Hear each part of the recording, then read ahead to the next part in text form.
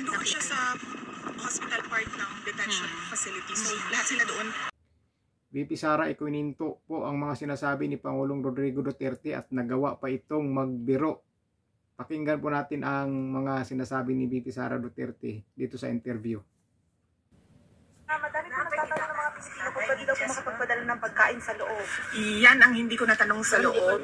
Baka pwede nilang tanungin, pero top of mind answer ko ma'am, baka hindi yan sila pumayag kasi it's a security risk. They will answer for whatever will happen to the former president inside the detention. Tuloy po yung pagiging mayor ni Oh yes, yes. He's looking forward actually na mayor. Kaya nga sabi niya kanina, sabi niya, di pa naman ako mayor, so dito lang muna ako. So hindi po yun maapektuhan yung kanyang candidacy of him being here? Oh, he's only an accused, and an accused is presumed innocent until proven guilty. So masyado pa tayong malayo doon sa he's a convict. So the target is to bring him home before the elections? The target is to bring him home today, pero as we all know, it takes a lot of paperwork. Pero matalang BP at padilang BP. Ma-after ba siya September sa iyang last? Hindi na, wala. Dili pa pumunta ng mag-anak karon. Dili mo ganahan nga din sa siya sa inyo, ha?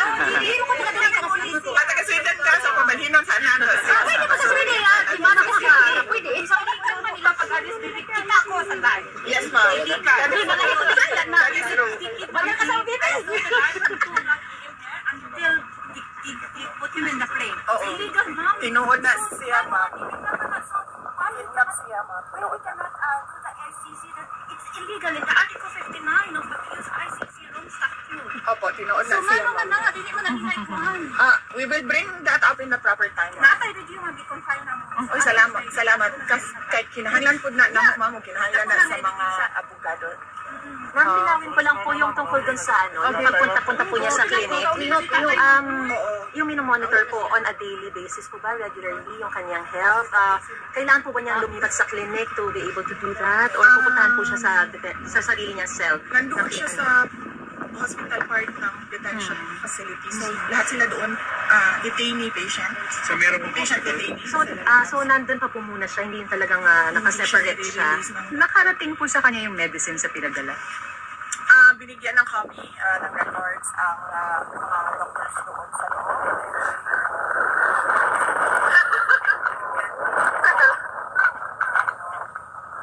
Note of the list of medicines and alam naman ng mga doctors yun sa loob. Si Yes, Madela po ay kumusta naman po? Hindi ko pa alam eh. Kailangan ko siya puntahan ngayon sa hospital. So pagkatapos natin dito ngayon, pupuntahan ko siya. Sorry, one last. Gusto ko lang po malinawan. Yung very friendly siya sa loob. Yung mga guards, wardens, or yung mga kapwa detainee po ba yung nata-charm niya? Hindi ata sila nakikita ng mga kapwa detainee niya kasi may kanya-kanya silang kwarto. So isang detainee lang per room. Yan ang pagkakaalam ko ha. Hindi ko lang alam if they see each other somewhere sa hallway or sa ewan ko saan sila kumakain, yun ang hindi ko alam. So the place where he is specifically is still like a cell pero nasa hospital part? Or is it a clinic? Or can you just describe it, ma'am? Hindi ko nakita. Ang Pero kanyang yung sinabi po niya sa partners. inyo na parang clinic part po ba yun? Hospital part? Or yung pinakikita ko sa ICC website na cell ng bawat detainee? Ang sinabi niya sa akin, ang sinabi niya sa akin, para akong nasa hotel, except that hindi except that hindi ako nakalabas. Ma'am, huwag lang natin sabayan para marinig po. Nagsikin na po sa kanina nangyari na kasi pag uwi niya po from Hong Kong, parang ang bilis po ng lahat ng mga bagay-bagay. Alam naman niya, oo, sinabi naman niya na haharapin ko ito. And I do not regret. I do not regret anything that I did sa aking paglilingkod sa bayan. Ano ba clarify po? Ano daw pinaka-namimiss niya? Hindi ko... Sinabi naman niya kay ES din, ano? Sa girlfriend ata eh. Sabi ko. Okay. Kasi parang birthday rally niya rin po yun. Sa 23. Saka birthday po niya. Birthday. Yes, nabi ko sa kanya, aware na siya sa 23. And then, nagsabi siya na nagpapasalamat siya sa suporta na pinapakita ng mga kababayan. And ang isang concern lang niya is ayaw niya daw na makadisrupt tayo dito sa The Hague. So, isiguraduhin daw natin na kung ano man yung gagawin natin ay naka-coordinate daw sa LGU o sa police man kung saan daw dapat mag-coordinate. Kasi ayaw niya daw na makadisrupt tayo dito. Yan ang hindi ko alam, pero alam ng lahat ng ating mga parallel groups at lahat ng mga individuals na kababayan natin. They can contact Jaira Madrona sa Office of the Vice President. She's the focal for March 20. Pero sa amin lang yung Madam, kasama po sa GIL Amsterdam po ang prayer namin para protect dito. Thank you, JIL. Bakit po ba niya yung laman ng letter po from the Dutch?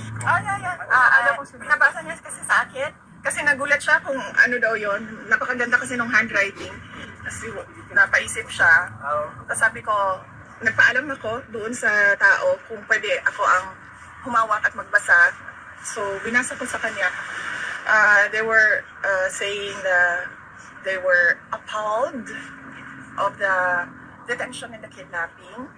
And their saint daw, dito sa Netherlands, nakalimutan yung pangalan ng saint, was incarcerated as well in this very prison in 1932 and suffered the same fate as, suffered the same injustice as former President Rodrigo Duterte.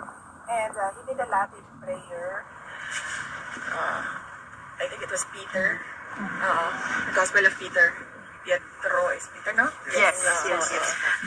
And then sabi niya that may you be guided by the Lord Jesus Christ. May reaction lang po kayo sa mga developments back home. Up to you. Ano ba developments back home? Update niyo muna ako kasi yung mga, hindi ko alam kung ano nangyayari doon eh. Yung mga lista-lista, yung mga pangapangalan. Kung gusto niyo lang po sumagot. Utang, lista na. yung mga kasama daw nila Piatos daw. Opo. Yung mga Miggy Mango. Yung sa impeachment ba? Ito ba yung walang kamatayang confidential funds ng na atake nila? Well, alam mo, hindi ko masagot yan because as we speak, hindi namin alam how they handle the chain of evidence talaga eh. Hindi natin alam kung yan ba nga talaga yung sinabi ng Office of the Vice President at this point. Hindi na natin alam. BPD ko ba nagreklamo ngayon si former President Duterte? Kasi ang ginawa ko ngayon dito, nararamdaman din po ba yung ginawa sa loob? Or comfortable po ba siya doon sa loob? Comfortable. Actually, mainit doon kasi inubad na. Mainit talaga dito. Controlled temperature sa loob kasi medyo nainitan ako at hinubad ko yung jacket ko. Okay. Salamat po. Okay. So yun, at least nakikita po natin ngayon na talagang fighting spirit po talaga si Pangulong Rodrigo Duterte.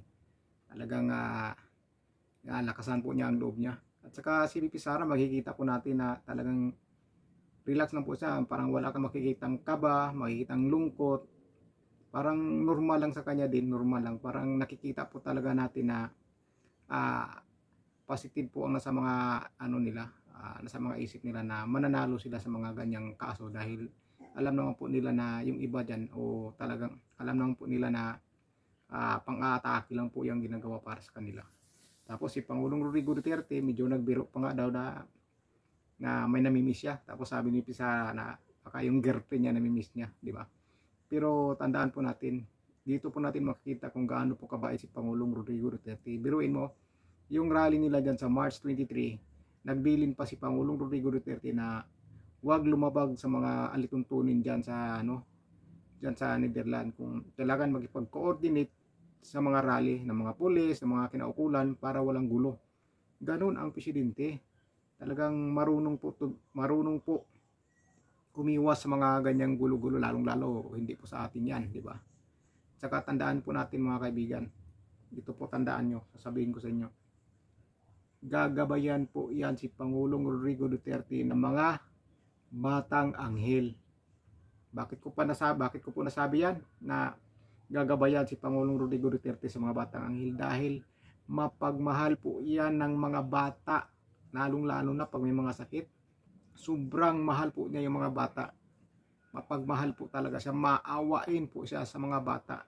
Kaya po palagi siyang dumadalaw sa mga ospital na may mga batang na ospital, may mga cancer, dahil mahal na mahal po niya ang mga bata. Kaya nga po nilunsad niya yung drug on war dahil ayaw niya mabiktima yung mga kabataan sa droga.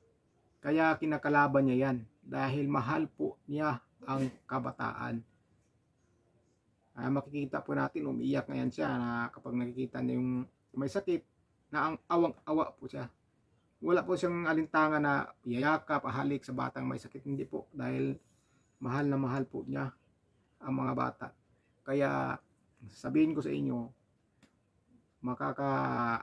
malalampasan po ni Pangulong Rodrigo Duterte ang mga hamon sa buhay, dahil i-guide po siya ng kanyang mga anghel sa likod, yung mga batang anghel, dahil napaka-bait po ni Pangulong Rodrigo Duterte at mapagmahal sa mga batang paslit na maliliit, may masakit.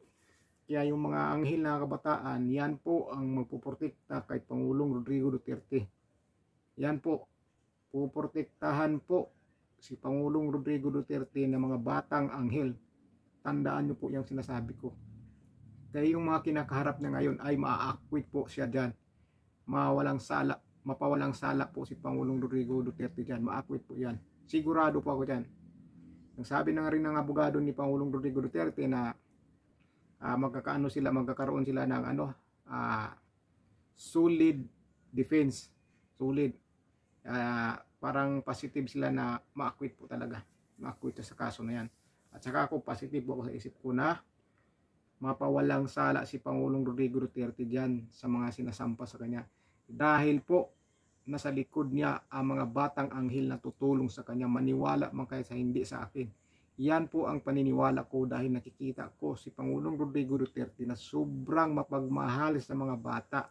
Maawain sa mga bata. Lalong-lalo na yung mga bata na may mga sakit, may mga kanser. Umiiyak po yan si Pangulong Rodrigo Duterte sa awa ng mga bata. Opo. May isang bata pa nga, kinantahan si Pangulong Rodrigo Duterte. Kinantahan po siya. Kinantahan po siya. Kaya maniwala kayo sa hindi. Hindi tayo gagamit ng hula-hula dito. Talagang paniniwala ko yan. Na malampasan ni Pangulong Rodrigo Duterte ang kinakaharap niya ngayon. Malalampasan po niya.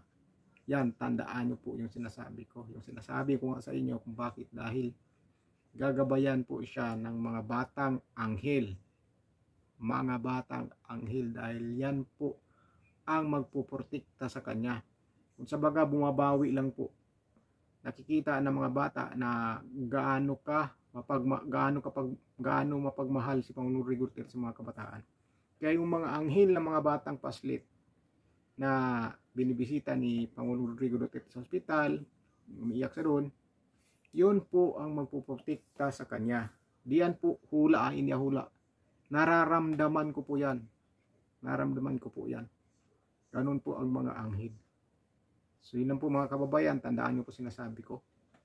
Makakauwi si Pangulong Rodrigo Duterte at ma-acquit po yan sa kanyang mga kaso. Yung mga ebidensya ko na mga matibay na ebidensya magpapadiin kay Pangulong Rodrigo Duterte, baka mabasura pa nga yan Baka mabasura pa yan. Tandaan nyo sinasabi ko. So yun lang mga kaibigan.